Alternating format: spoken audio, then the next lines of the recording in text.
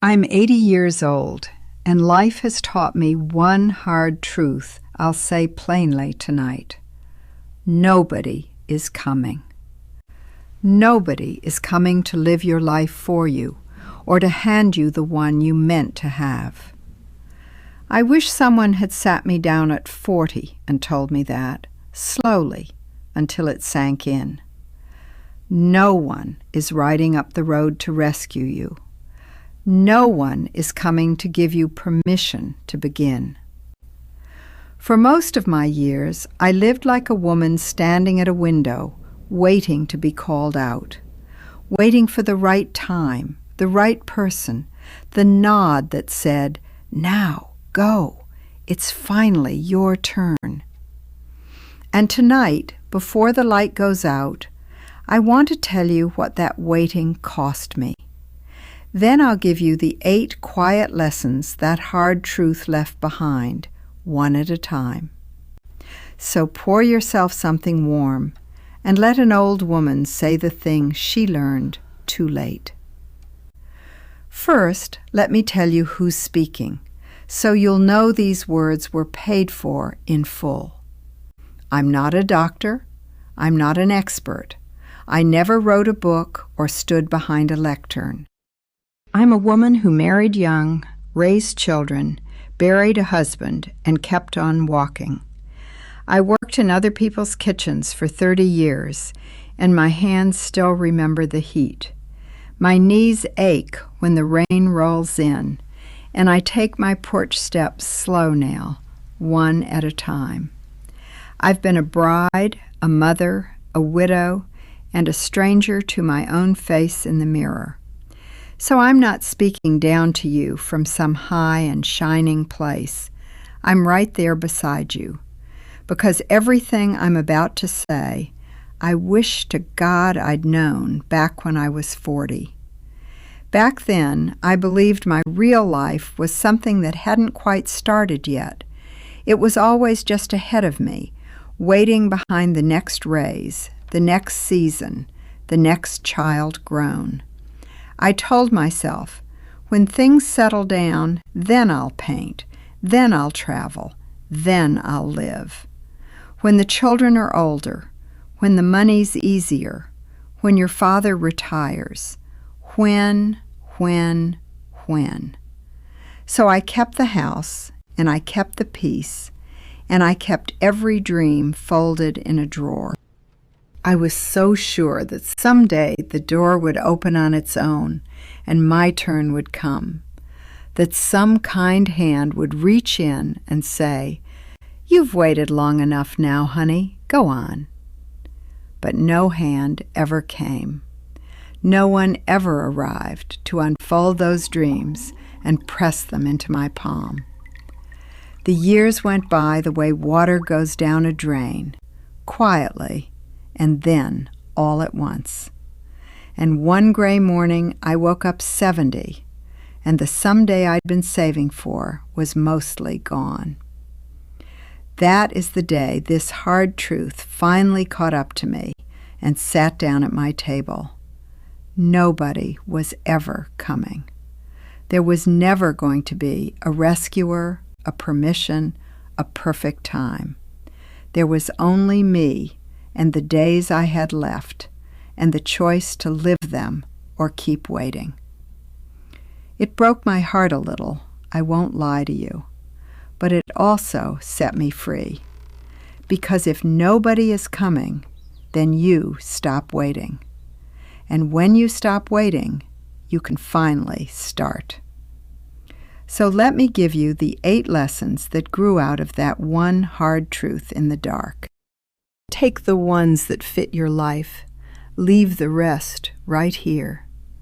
That's how wisdom has always worked. The first lesson is this: the waiting itself is the thief.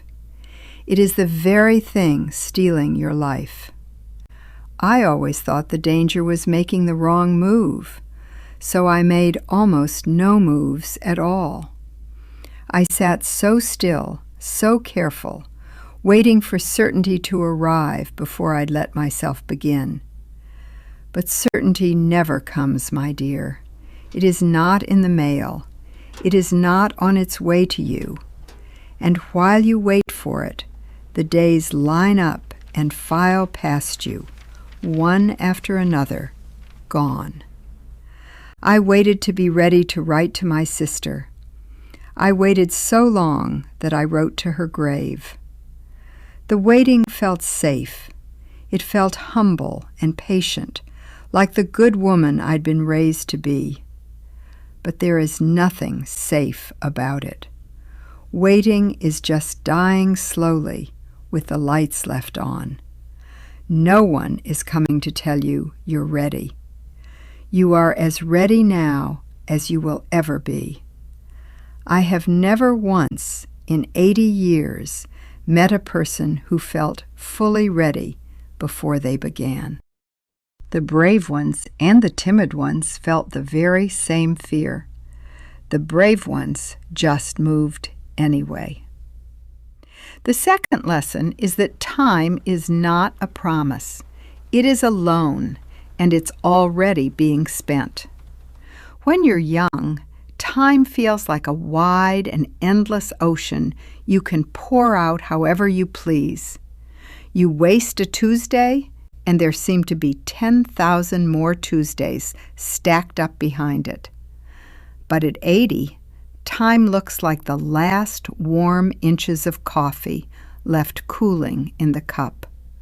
You sip it slow. You hold the cup in both hands.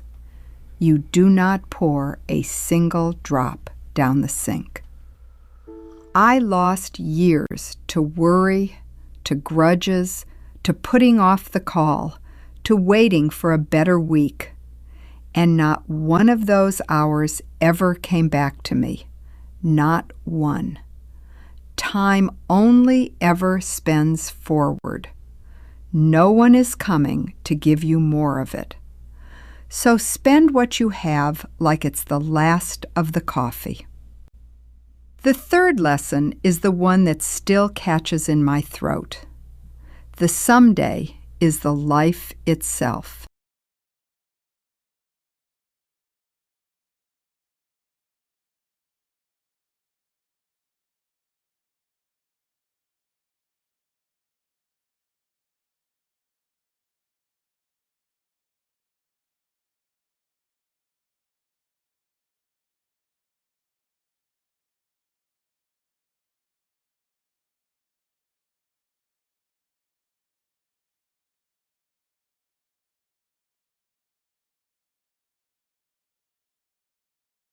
Occasion. The someday I kept postponing wasn't a coming attraction. It was the whole show, and I'd missed it. So use the good dishes tonight. Wear the good dress to the grocery store. This is the day. It's here. There is no dress rehearsal that ends and lets the real performance begin. This plain hour is the show. The ordinary days are not the waiting room for your life. They are your life, walking past while you wait. No one is coming to hand you a better life later. This ordinary one is the life. Live in it now. The fourth lesson took me the longest to learn. Forgiveness is the thing you do for your own self. I carried grudges for 40 years, the way you'd carry a stone in each coat pocket, everywhere. I was waiting for the ones who'd hurt me to come back and make it right, to say they were sorry. I thought forgiving them before that apology would be letting them off the hook too easy. So I kept the stones, and they got heavier, and my back bent, and the ones who hurt me slept fine.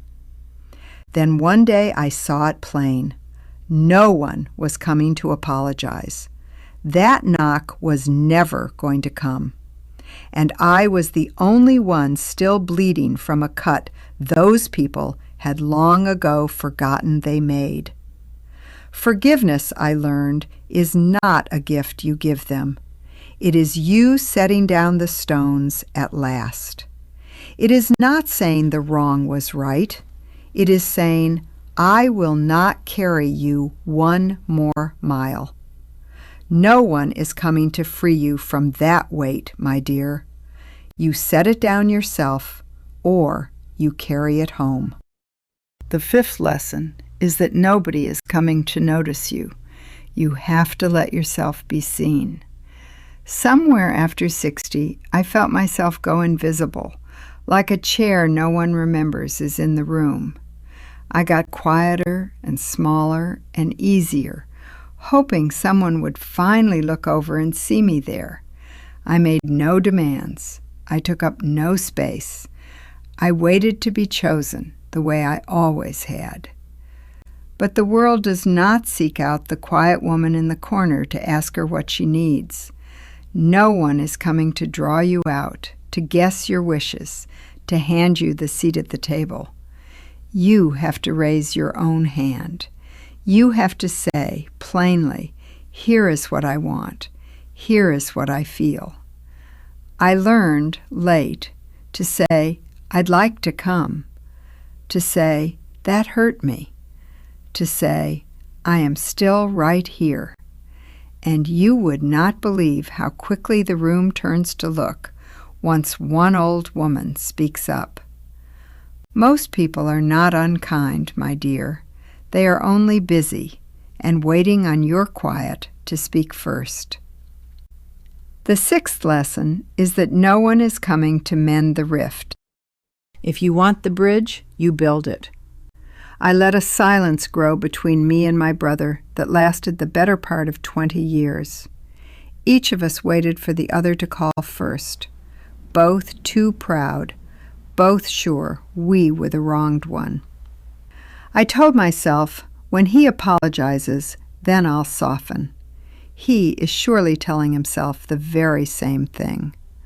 So the phone sat silent on the wall, and the years piled up, and neither of us ever moved. I lost my brother to that silence long before I ever lost him to the ground.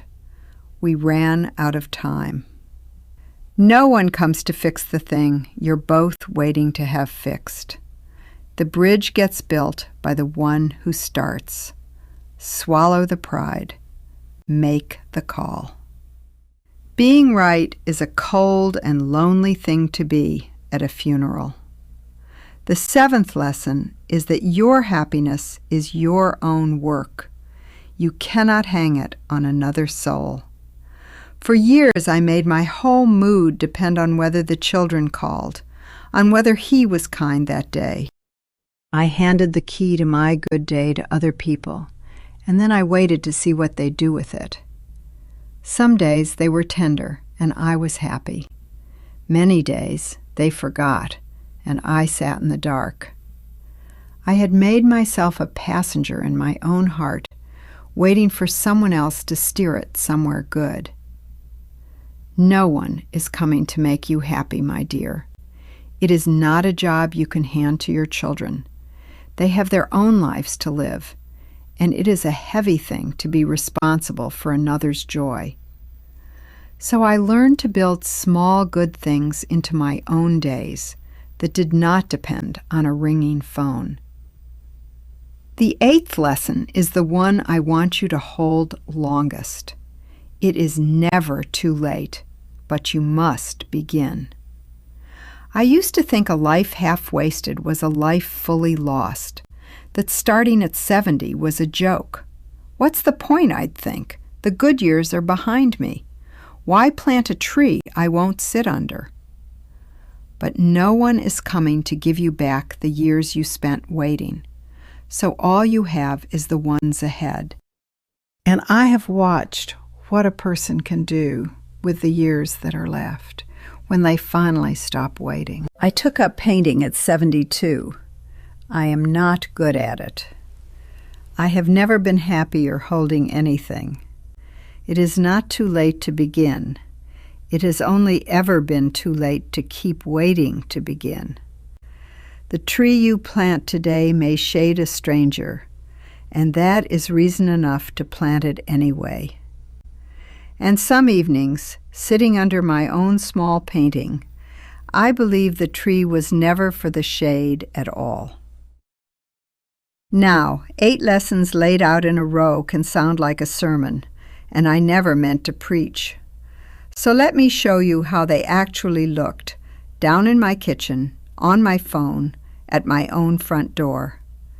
Because wisdom isn't a fine speech. It's what your 2 hands finally do on an ordinary Tuesday. Let me tell you about the letter I almost didn't write, and how close I came to waiting too long. There was a friend from my girlhood I drifted from over some foolish thing neither of us could recall. For years I'd think of her and think, I ought to write, and then I'd set the thought back down. I was waiting for the right words, the right afternoon, the mood to strike me just so.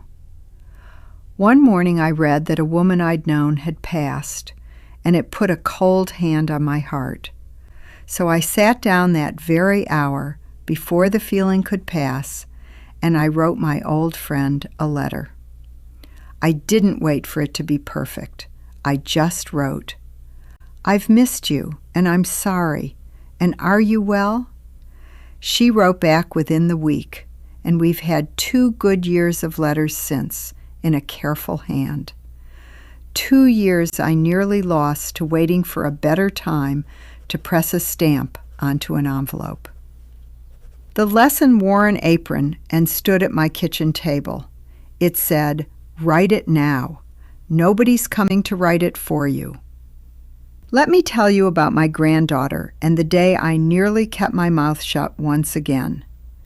She was fretting over a choice, a job far away, and everyone was telling her to play it safe. I heard my own mother's careful voice rising up in my throat, ready to tell her to wait, to be sure. And then I stopped. Because I knew exactly where that careful road leads. I had walked it my whole life. So instead, I took her 2 hands and I said, "Honey, no perfect time is coming. Go while you're young." I told her about the dress with the tag still on it. I told her about the sister I wrote to a grave. I said, "Do not do what I did. Do not wait at the window for a life that has to be seized." She went. She's building something out there now, and every letter of hers is full of light. That was the day I turned my one hard truth into a gift and handed it forward down the line. Let me tell you about the ordinary Thursday I finally used the good china for no reason at all. It was just me and some soup and the rain coming down the window in long silver lines. For 80 years, I'd have eaten that soup out of the chipped everyday bowl and saved the good one. But I stopped and I thought, what special day exactly am I still saving these dishes for?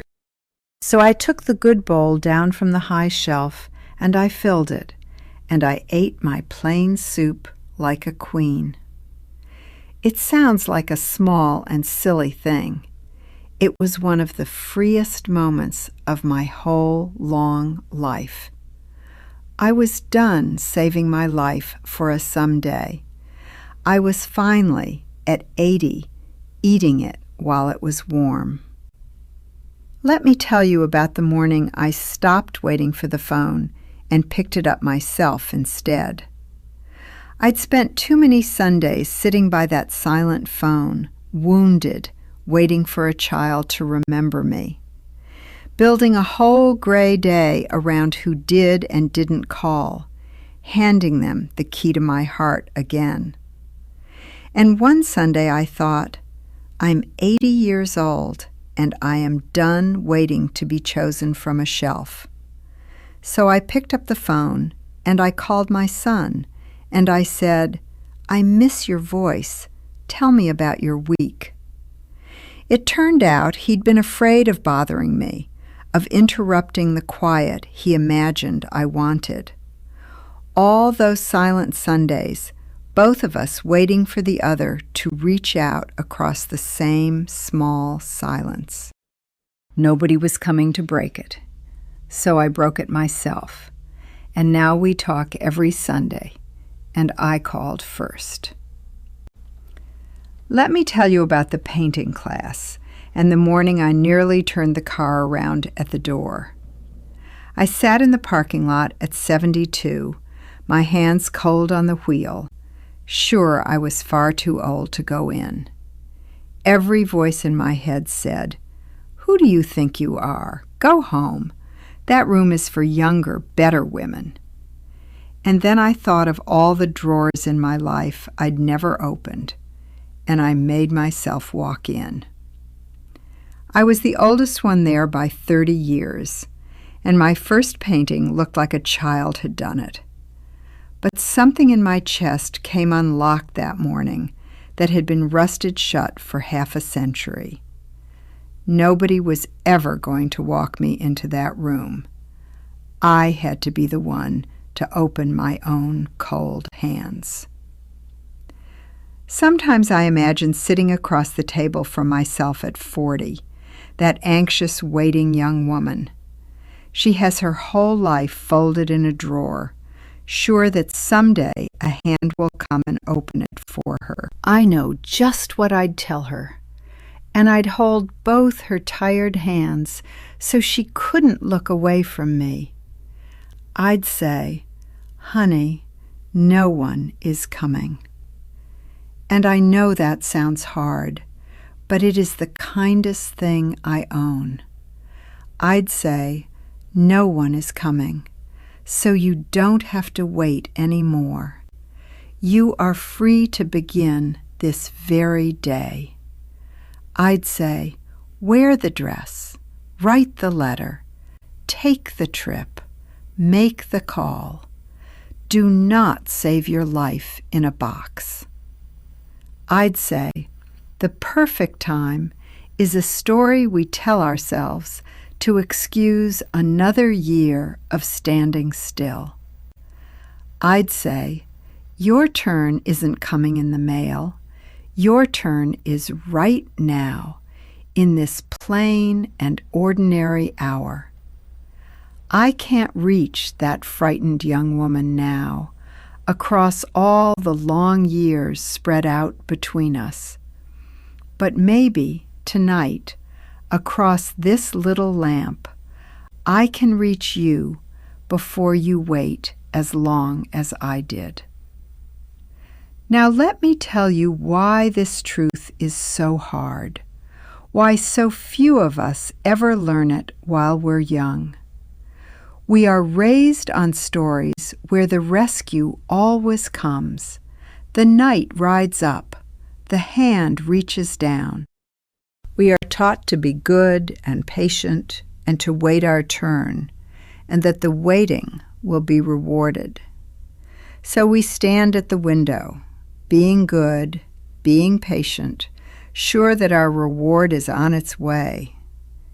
And no one ever tells us the hardest and most freeing thing there is to know about a life, that the reward for waiting is more waiting, that the hand we're watching for is our own.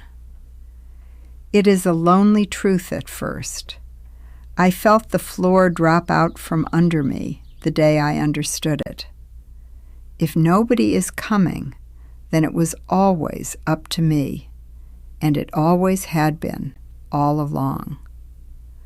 But sit with it a while, and that same hard truth turns warm, and it becomes the best news of all. Because if nobody is coming, then you don't have to wait for anybody's leave to live. You don't need the apology to forgive. You don't need permission to begin. You don't need a perfect day. You are the one you've been waiting for. You have been standing here the whole time, my dear. And time, that thief I spoke of, is also a gift if you'll finally agree to spend it.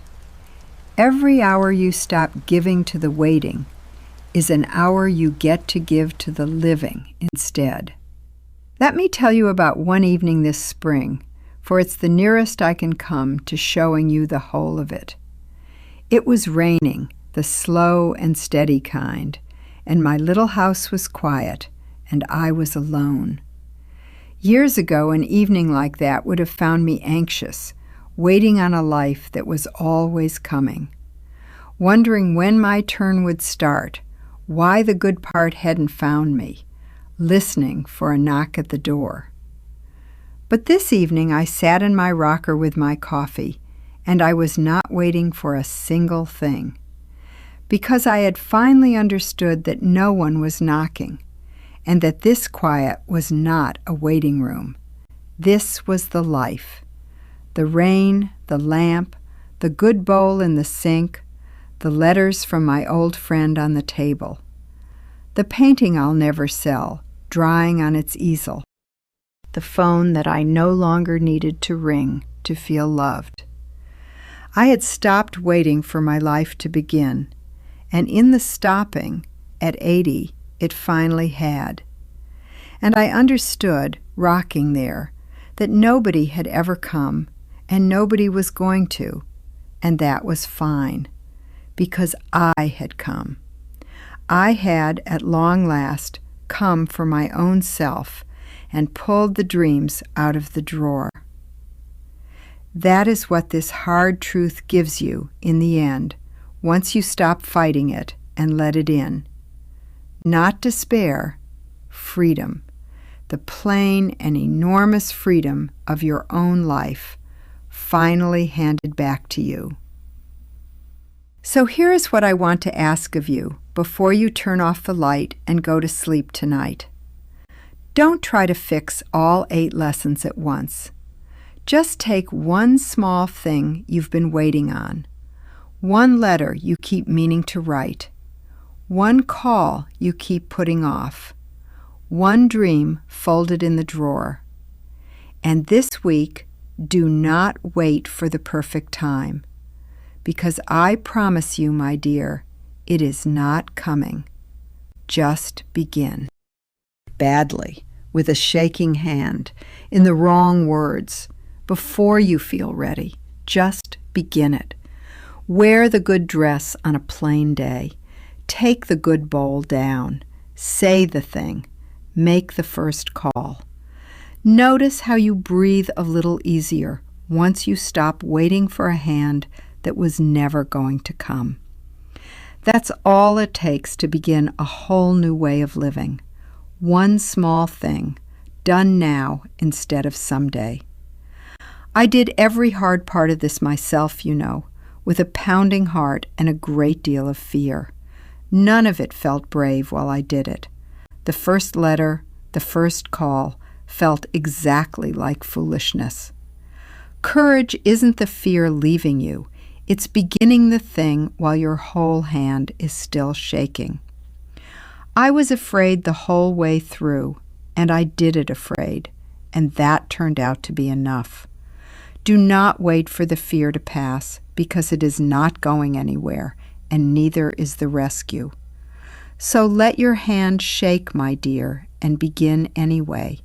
That's the whole secret, and now it's yours to keep. Here is the truth I most want you to carry out of this room and into your quiet night. It is not too late. It is not too late because no one is coming. So your time is still your own.